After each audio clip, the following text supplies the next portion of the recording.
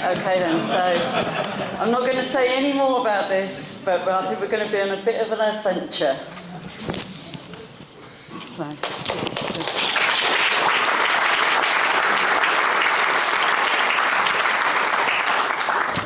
Well, this Glastonbury of literary conferences is nearly at its end, and I wanted to send you home with fear and terror, I suppose. I don't know. This presentation certainly comes with a health warning, so hold on to your hats. We're about to experience something hopefully pretty weird. Welcome to my little AI world of fantasy and wonder.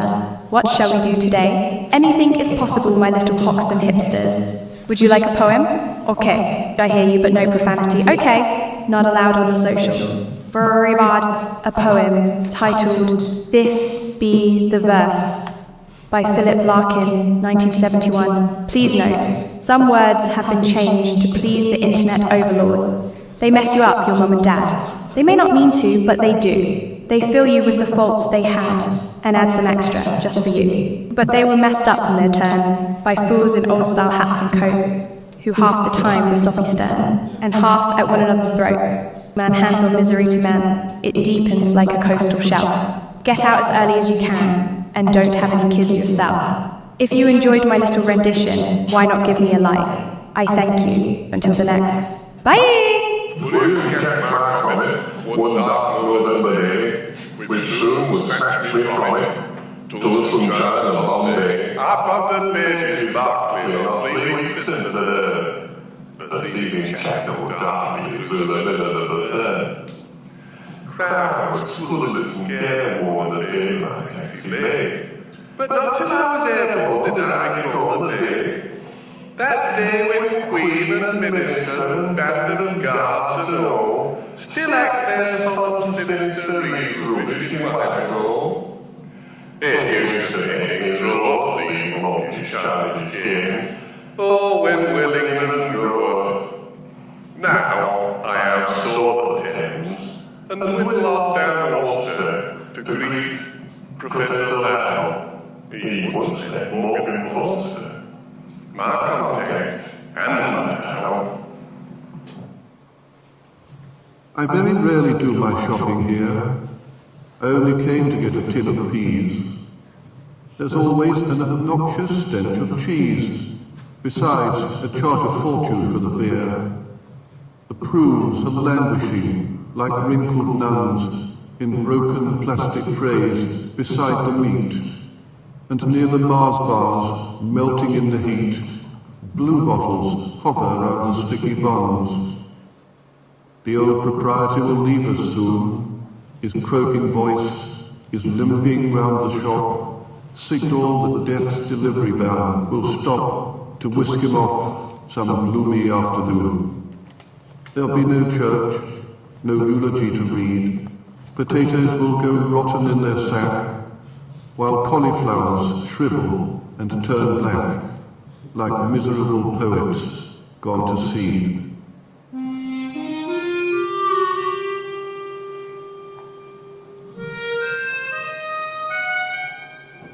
This is the first thing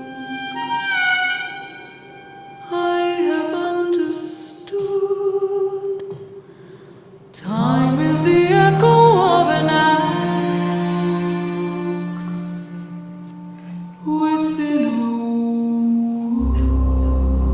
a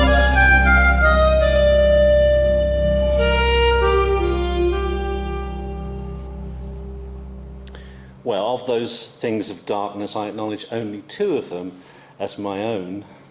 Of the 2 Larkin readings, the first is real, the second is not. It's a deep fake. In fact, it was sent to PLS a while ago. That reading of Naturally the Foundation features Larkin's own voice from a recording I discovered on a reel-to-reel tape recorder in Hull History Centre. He was having fun. Reading it out in several different accents, and it was quite interesting to hear Andrew's comment this morning about how at Oxford he was trying out Yorkshire accents. It wasn't the best of Yorkshire accents, that one, but it was Larkin. I just added the cartoon image, or rather AI did, and took out Monica Jones's laughter, actually. And finally, I wanted to see how a Larkin poem might sound when set to harmonica accompaniment. I think it's a first in terms of musical settings. Jim Orwin will prove me right or wrong on that. And it's totally enabled via AI software. The rather terrifying rendition of This Be the Verse, not as good as Dean's reading just now, was one of many other examples you can find online if you go searching, and the boundary between truth and the use of a Larkin-esque word, untruth, is being stretched further and further day by day. In fact, you can even find examples from the output of the Philip Larkin Society. Just on the top left there's Larkin playing the drums at the Joyous Shot event at East Riding Theatre that Chris referred to earlier. There's a mechanicals band. The drummer did point out that Larkin's holding the sticks incorrectly, but that's the point. And then bottom left, Graham Chesters gave a talk in Hull last year and imagined Larkin aged 103. Looking pretty good at it, I think. There. And then I gave a talk at St Mary's Church in Beverley last year, and Larkin appeared on the steps there, church going. And then we've also used. In Larkin Society, I've used him on social media a couple of times. Our Christmas hit at the bottom on YouTube there was Grumpy Christmas Larkin, again produced by AI. And we've already had some examples in this conference of AI being used. I suppose for a while now, like a lot of other people, I've been increasingly interested in the role AI can play as a creative tool. It's becoming easier, almost by the day, to make use of enormously powerful online tools, even from within a smartphone, to create or imagine anything you might wish to envisage for good or evil purposes. It's blown me away at times, but it's also scared me at others. It's fascinating to play with and potentially useful, but also opens up a Pandora's box of mischief. As well as looking at its creative possibilities, I've also been increasingly using AI for my own research into Larkin. For someone whose postgraduate studies were carried out before even the advent of a word processor or a searchable Excel file, it's kind of a really thrilling discovery and makes certain elements of research a much easier process. A lot of my research is based around Larkin's letters.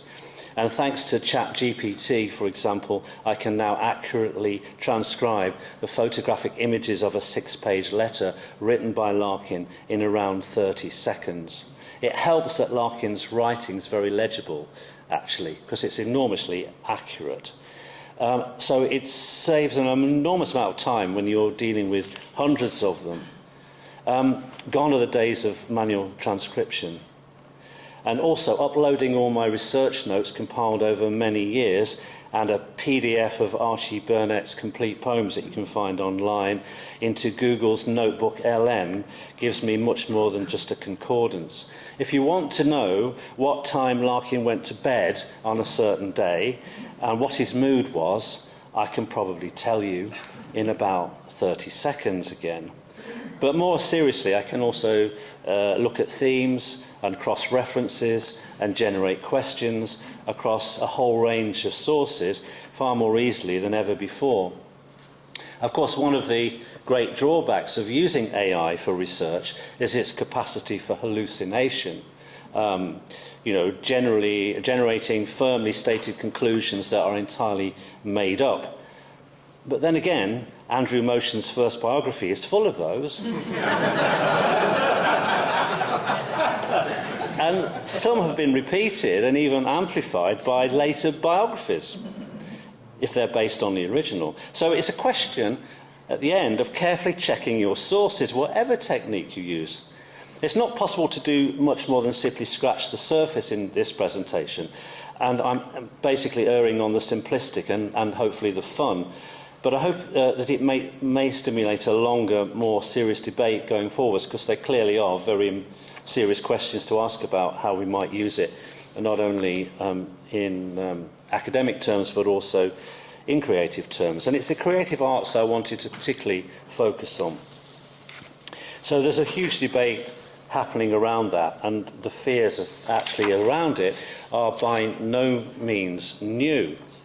Here's Iris Murdoch talking about the threat of technology to artistic integrity in an address she gave to the American Academy of Arts and Letters in May 1972. And in that quote, Murdoch saw technology upsetting the artist and taking away their craft, imitating the outcomes and ending up producing inferior products that are not real art, and by implication not worth anything. She could well have been talking about AI. Now, science as the enemy of art is a familiar theme, and Larkin felt it too. Writing to Jim Sutton in 1943, specifically about psychology, the young Larkin expressed a view that the science of anything is merely dead rags on a living figure. Now, poetry is, in any case, I think, a real challenge for AI. Trying to write a poem that captures the exact style and quality of someone like Larkin is a huge ask, perhaps an impossible one. Now, I tried it myself to see whether AI could assist in the task of finishing off Larkin's famously incomplete poem, The Dance. Some of you might recall that this was a challenge set in about Larkin some years ago. In fact, the person who set the challenge is here, Chris. And several readers took up the challenge and produced some really quite worthy responses. This is the AI's response, and we haven't really got time to go into it now, but that poem ended in the middle of a line, and it's published with that kind of final stanza incomplete, ending on the line then. So the rest of it is AI produced. I don't think it's all that impressive. It's interesting, though, to note how it set about the task. It's quite clever in recognising and seeking to reproduce the complex rhyme schemes Larkin often used.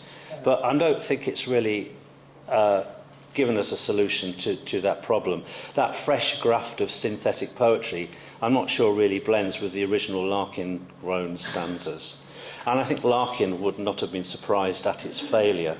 The quote about dead rags on a living figure makes that clear.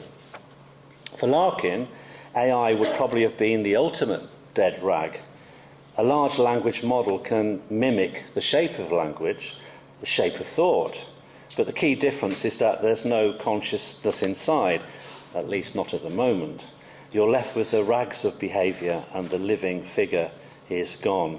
So I think Dean and Chris and everyone else who's been talking poetry with us this week can rest easy, for the moment at least.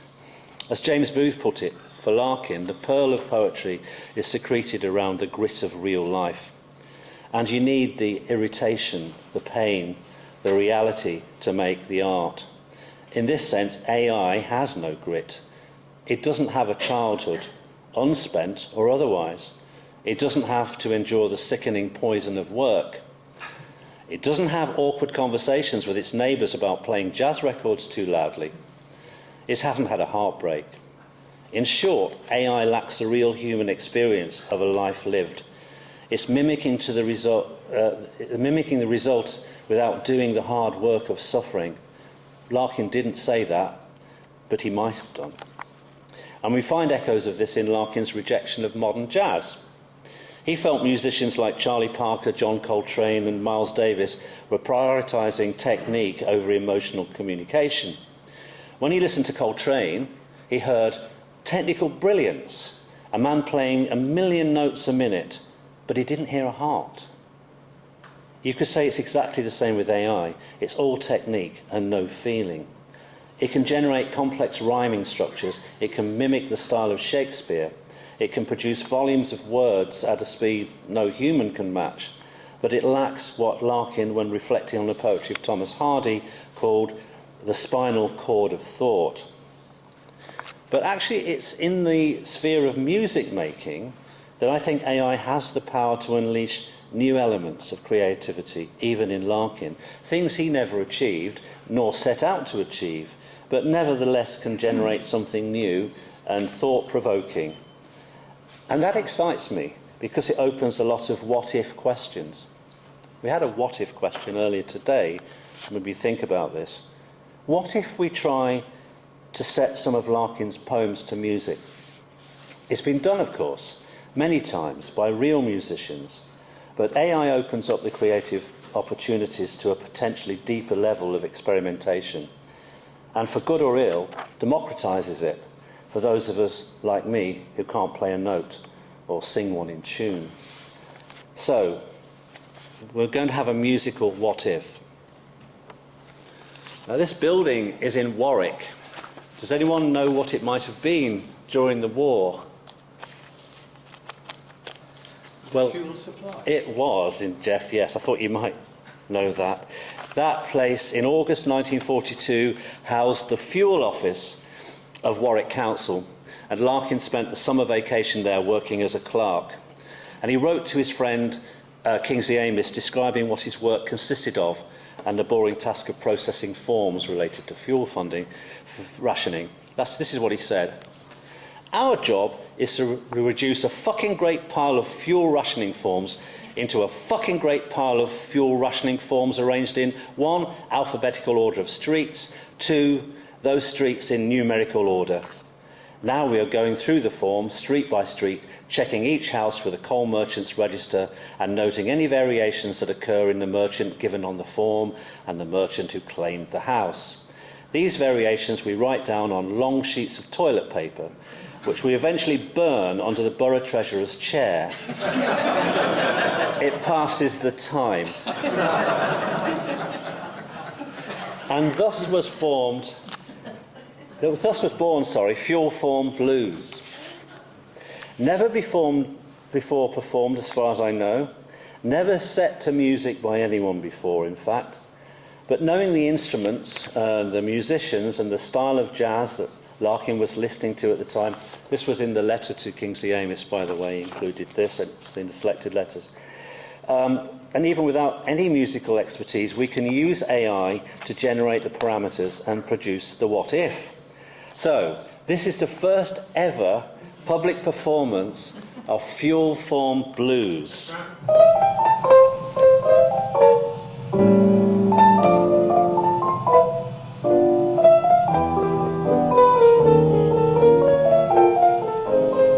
Oh, see that fuel form coming through the post. Oh, see that fuel form coming through the post.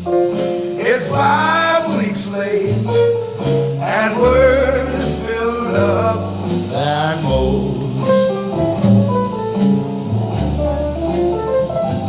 If your house burns a fire, Lord, you gotta say how long. You gotta put down a merchant that you get it from. You gotta put it down and put it down all wrong. I'd rather be a commando or drive a railway train. I'd rather be a commando or drive a railway train than sort them fuel forms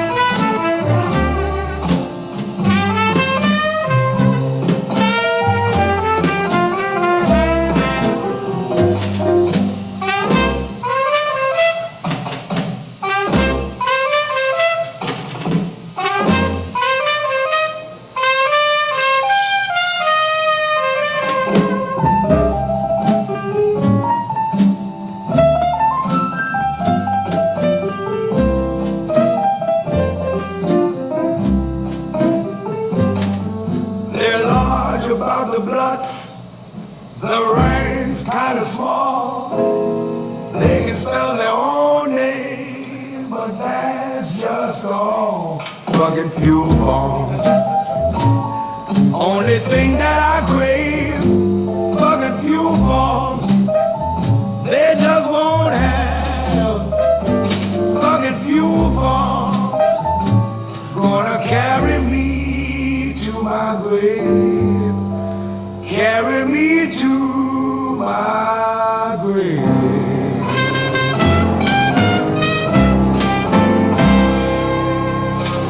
Well, whatever else you might think of that, I think yes, a round of applause for Philip Larkin. Yeah, well, I think whatever else you might think about that, I think we can agree that Larkin could write a mean blues song, and it deserved to be out there, actually. I'm surprised nobody's done it before, but anyway, that's the AI version.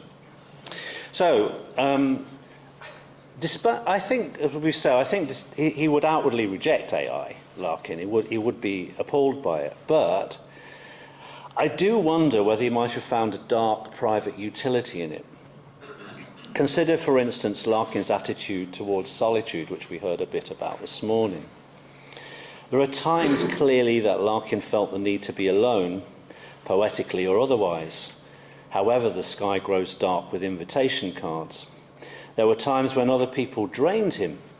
He found the reciprocity of human interaction exhausting. I wonder whether he would have been tempted by what he might have considered to be a safer and less exacting form of social interaction. So, after viciously locking the door, letting the gas fire breathe, perhaps he might have switched on the computer and encountered a chatbot, even an AI girlfriend. Now, that thought came to me because it reminded me of the poem. Again, we heard this poem yesterday. The poem that he wrote, Letter to a Friend About Girls, and the chance of finding a different kind of girl.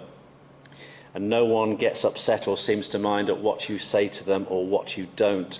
A world where all the nonsense is annulled and beauty is accepted slang for yes. Think about what a chatbot actually offers. It's a conversation without consequence. That might have appealed to Larkin. You don't have to worry about the AI's feelings. You don't have to buy it dinner. You don't have to apologise to it if you're in a bad mood. You don't have to perform for it. For a man who found social intimacy so exhausting, an AI companion might be actually quite seductive.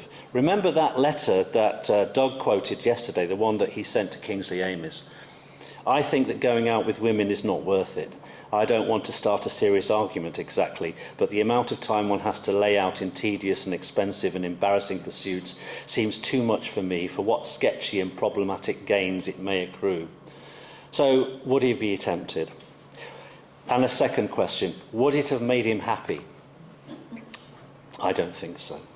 I envisage him sitting there at 3 a.m, buoyed up by gin and cigarettes, typing prompts into the void, feeling that same self-loathing that he felt when he looked in the mirror. Perhaps at the end of the day, there's a Larkin-esque tragedy in the making.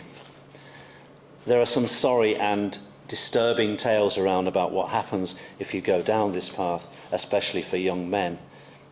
And Larkin was 21 when he wrote that letter to Amis. Of course, Larkin also loved playing roles. We've heard a lot about that this week. In his letters, he was constantly shifting his persona depending on who he was writing to. He did actually go around pretending to be him or her. He adopted other literary personas, particularly in his early days, when writing as Brunette Coleman, as we've heard this week, and of course in the invention of the imaginary girl in Jill. AI would have been potentially useful in this respect, perhaps. A chatbot might have brought her to life in a different way. And talking of Jill, here's another speculative what if. As we heard from Jeff this morning, Larkin sent his first novel to Faber, and they rejected it. Well, here's the letter of rejection from Faber, dated 29th of September 1944. Only it's not real. It's one that I got AI to generate. But it came up with some interesting references, really. All I did was put a simple prompt in. I actually fed it Larkin's synopsis of the draft novel that he sent to Jim Sutton that Andrew showed us this morning. But I thought it was interesting in terms of what it came back with in its rejection, because as Jeff told us, one of the problems with getting books published during the war was the restrictions on paper. And this letter, without me prompting it in that way, T.S. Eliot, who wrote this letter apparently, had to be transparent regarding the present exigencies of the trade. The Ministry of Supply's book production war economy standard is a stern master. Our paper allotment is pitifully small, and we are forced to reserve it for established poets and work of immediate national or intellectual urgency. And I thought it was interesting also that this apparently T.S. Eliot writes back to Larkin and says that where is it now? He says that he thought that the author's strength lies in the poetic rather than the narrative. That was an interesting point. And art might have won in the end with Larkin. If we were talking about Larkin in an AI age, I think Larkin would have captured some of the despair around AI in his poetry. The content of some of his poems seems to encompass elements of a world he never knew firsthand. If we take the poem Ignorance, for example, I think it's very portentous. Strange to know nothing, never to be sure of what is true or right or real, but forced to qualify, or so I feel. Or, well, it does seem so. Someone must know. Strange to be ignorant of the way things work, their skill at finding what they need, their sense of shape and punctual spread of seed and willingness to change. Yes, it is strange, even to wear such knowledge, for our flesh surrounds us with its own decisions, and yet spend all our life on imprecisions that when we start to die, have no idea why. I mean, I think that poem captures the way in which various versions of reality confuse us. The fact that we don't know and can't trust the mechanisms by which knowledge has been produced. We find ourselves not finding any truth, any belief. And that's pure Larkin. And that's the world we live in today. And actually, that image of Larkin, is it real or AI? I don't actually know, because I can't remember where it came from now, but I suspect it's AI, actually. It doesn't look like anything else. Anyway, I want to end on a lighter note.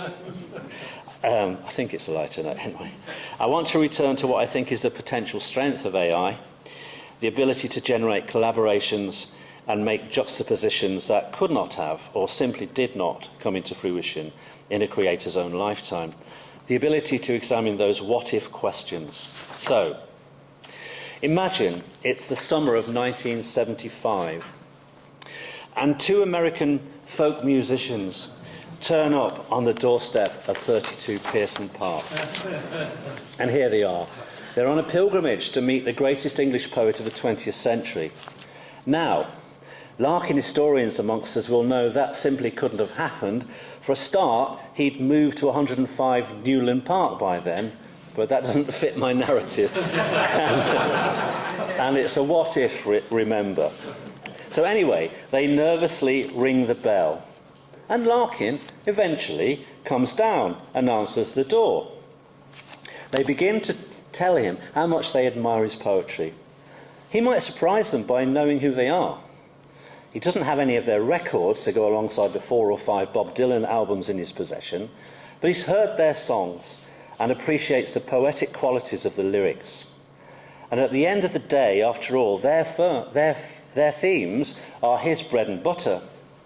He knows what poetic strength lies inherent in exploring the isolation of rented rooms and train journeys, of looking at a crowd and seeing a collection of lonely individuals. Home for him is so sad, but also so necessary. And the song Homeward Bound, with its railway station imagery, reminds him of the time he walked the platforms of Wellington Station in 1944, restfully waiting a train. And that stop he made at Sheffield in 1963, where he ate an awful pie. He also knew the sound of silence, all too literally. And that song on the Bookends album about ageing, written by a 26-year-old projecting himself into the future of lost time. Larkin had been doing that almost since birth and understood those emotions. In fact, he took them one stage further and saw them coming apart at the seams. He turned the old friends into old fools. But now he'd written something that might just have a lyrical edge to it. Perhaps if he was feeling generous, he might have shown them the text. If they'd seen it, I think he might have appreciated its musical potential. So what if they had done? And here it is, the lost concert from Hull. When first we faced in touching show, how well we knew the early moves behind the moonlight and the frost, the excitement and the gratitude. There stood how much our meeting owed to other meetings, other loves.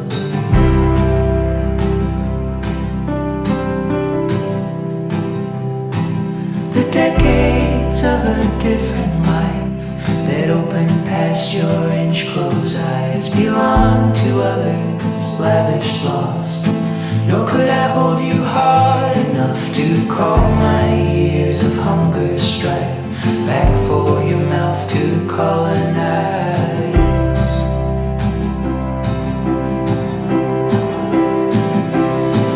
Admit it, and the pain is real.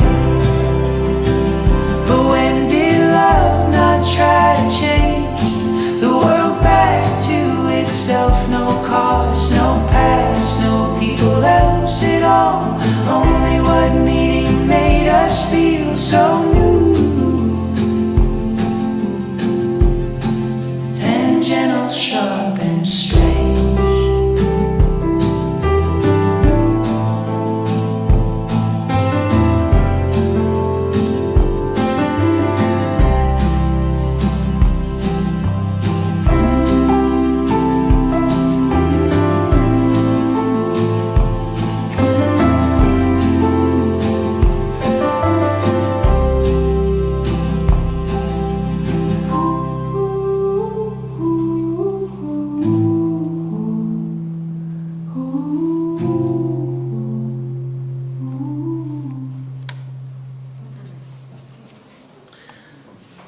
So that's one of my, I probably is my favourite Larkin poem actually, and for me at least I think putting it to music adds something to how I feel about it. It's a poem associated with Betty Macrath, of course, who died last year aged 101. I hope she would have liked it. So finally, let me indulge in one last what if. So now it's August 1986 and a controversial and groundbreaking album's just been released. Just too late for Larkin, of course. But what if it hadn't have been? What if he'd put the disc on the record player, turned over the album cover, and been struck by the resemblance of the singer to his own earlier period in Oxford?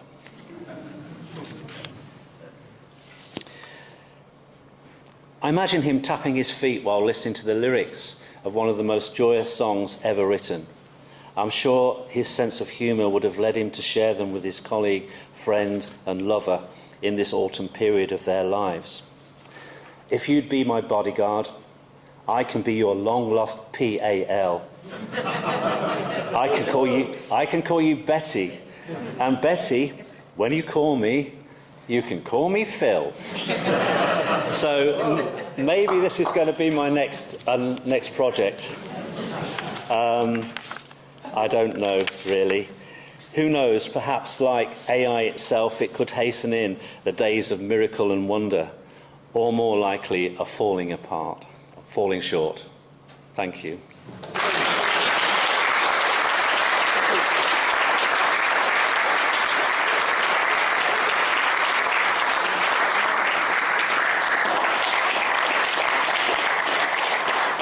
Well, that was amazing. Not quite as frightening as I thought it would be. Me and Gavin made a Larkin-related song, didn't we? AI, Larkin Librarian, with gentle reggae beat to it. We'll not trouble you with it. But yeah, it's a very interesting instrument. And what you were saying about being able to scan text and all those, I'm just learning. I was trying to make the list the other day of the food orders for Larkin's bar with 25 emails, and Rachel's going, get them all in a row and say, AI, co-pilot. I tried, I did actually do a bit of it. It did manage to pick all the names out and put that in a list, but it struggled to put it into a spreadsheet for me. Yeah, so. Did you find the person who wanted the soup list? And the camembert, like this random camembert, that must have been AI. That was Rogers. Was it? Not Robert, sorry, Robert. So we've come to the end. Thank you for all the talks. These 2 days have just absolutely surpassed, what my expectations. Absolutely amazing. I feel like I've learned so much, and I've got so much to think about going home. And I think Jill has just pushed us in lots of different directions, which is really great. We know it's a novel with its limitations, written by a very young man at the start of his career.